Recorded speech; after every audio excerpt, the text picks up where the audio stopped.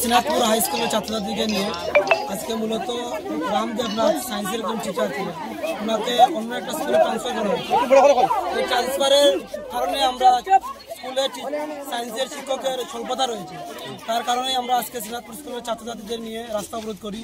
আমাদের একটাই দাবি, যেহেতু ওনাকে ট্রান্সফার করা হয়েছে এর বিনিময়ে সায়েন্সের অন্য একজন টিচার স্কুলে নিয়োগ করতে হবে এবং আজকেই নিয়োগ করতে হবে।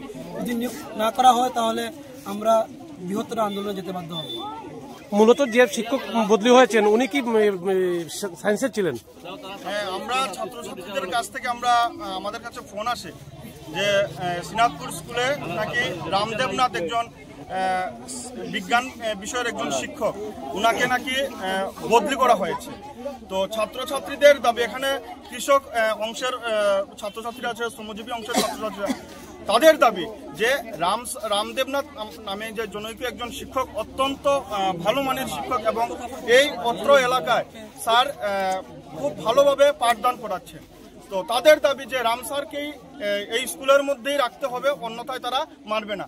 যদি সরকার এবং জেলা শিক্ষা আধিকারিক যদি তাদের এই কথাবার্তা যদি না মানে, তাদের আন্দোলন যদি না মানে, তারা বৃহত্তর আন্দোলন যেতে বাধ্য হবে। এবং আরেকটা কথা তারা বলেছে, রাম স্যারকে যদি বদলি করা হয় তদরূপ আরেকজনকে বিজ্ঞান বিষয়ের শিক্ষককে অবিলম্বে আজকের মধ্যে নোটিফিকেশন দিয়ে জারি করতে হবে যে সিনাতপুর স্কুলে বিজ্ঞান বিষয়ের শিক্ষক নিয়োগ করতে হবে।